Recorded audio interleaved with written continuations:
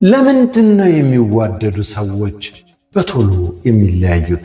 ዛሬ በፍቅር እልም ብለው የጠፉለትን ሰው ነገ ዓይንህን ላፈር ማለት ስለሱ በጎነት በሁሉ ፊት ሲያወሩ የማይጠግቡትን ከፍ ዝቅ አድርገው የሚሰድቡት ለምን ይሆን?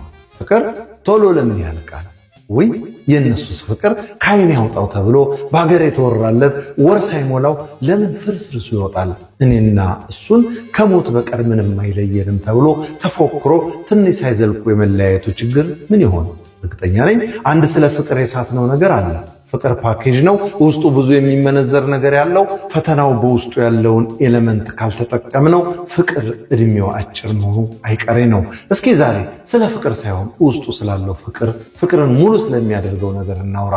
ፍቅር ውስጥ ምን አለ? ፍቅር ውስጥ ይቅርታ አለ።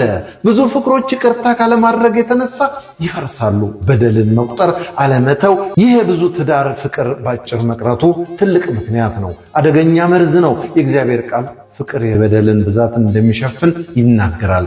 ይቅር ባዮች እንሁን። ለምንወደው ሰው ብዙ ይቅርታ ይኑረን። ፍቅር ውስጥ መስዋዕትነት አለ። ለምንወደው ሰው ሁሉ ጉዳያችንን መስዋዕት አለብን። ሰዓታችን፣ ገንዘባችን፣ ክብራችን አስፈላጊም ከሆነ ሕይወታችን ያኔ ነው እውነተኛ ፍቅር የሚመጣው።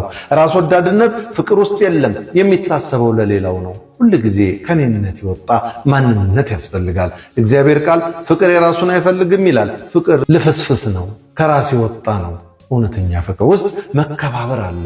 አንዱ ሌላውን አይንቅም። አንዱ የሚናገረውን ሌላው ያከብረዋል። ጥበቃ አለ።